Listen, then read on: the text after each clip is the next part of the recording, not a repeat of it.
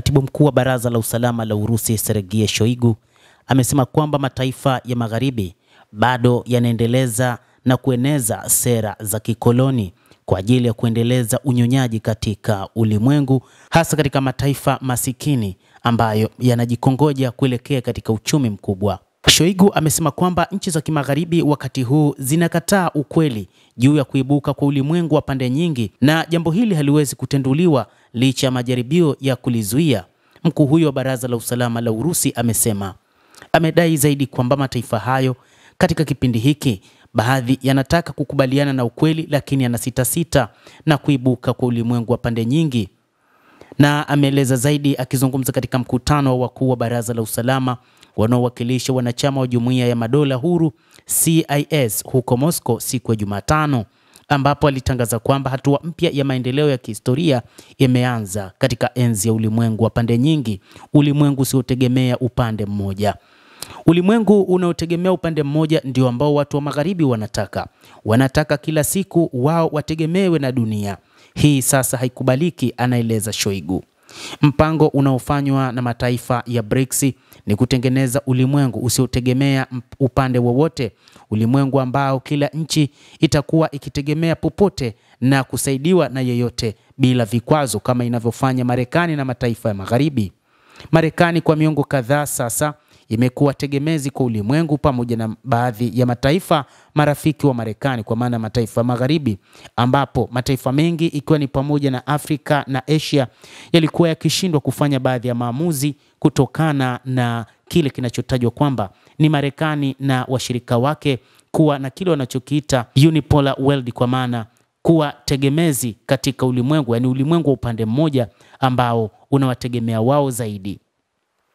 Aliongeza kuwa mataifa Magharibi hata hivyo hayako tayari kukubali hili, yanaegemeza sera zao kwenye mfumo wa kikoloni uliopitwa na wakati, na katika juhudi zao za kuhifadhi muundo wa zamani wa nguvu wa ulimwengu pamoja na eneo la baada ya Sovieti, Magharibi haifanyi chochote, kulingana na Sergei Shoigu.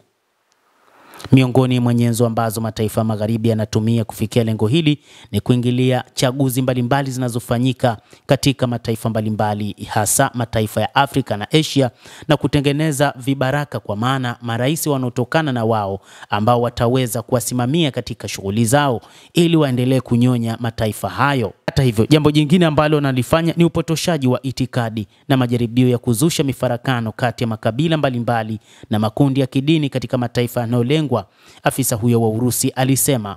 Katibu wa Baraza la Usalama la Urusi alitaja uchaguzi wa bunge huko Moldova mwishoni mwa Septemba kama kisa cha msingi, akidai kwamba uliibiwa kwa kuhusika moja kwa moja kwa mataifa ya Magharibi. Shoigu alibainisha ukweli kwamba kulikuwa na vituo vichache tu vya kupigia kura vilivyofunguliwa nchini Urusi, ingawa idadi kubwa ya wa Moldova wanaishi nchini. Kinyume kabisa na hilo, vituo vingi vya kupigia kura vilianzishwa katika nchi wanachama wa EU.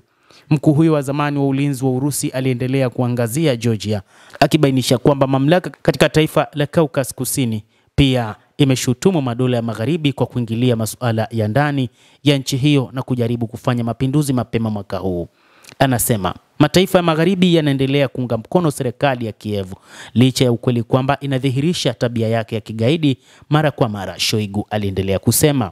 Hata hivyo, amesema kwamba mataifa ya BRICS yapo tayari kwa ajili ya mapambano zaidi kuhakikisha kwamba mfumo unaofanywa na watu wa Magharibi unapotezwa kabisa, kwa maana kuwa na mfumo wa ulimwengu unaotegemea watu wa Magharibi hilo halitowezekana kamwe, na kwamba mabadiliko yatafanyika wapende wasipende, anamalizia Sergei Shoigu. Endelea kutufuatilia mtazamaji, lakini usisahau kulike, usisahau kucomment, kadhalika na kusubscribe channel hii ili upate habari hizi kwa mapana hapa The World News. Mimi ni Adam Hussein, endelea kuwa nasi wakati wote, endelea kutufuatilia ujue ni nini kinajiri katika ulimwengu.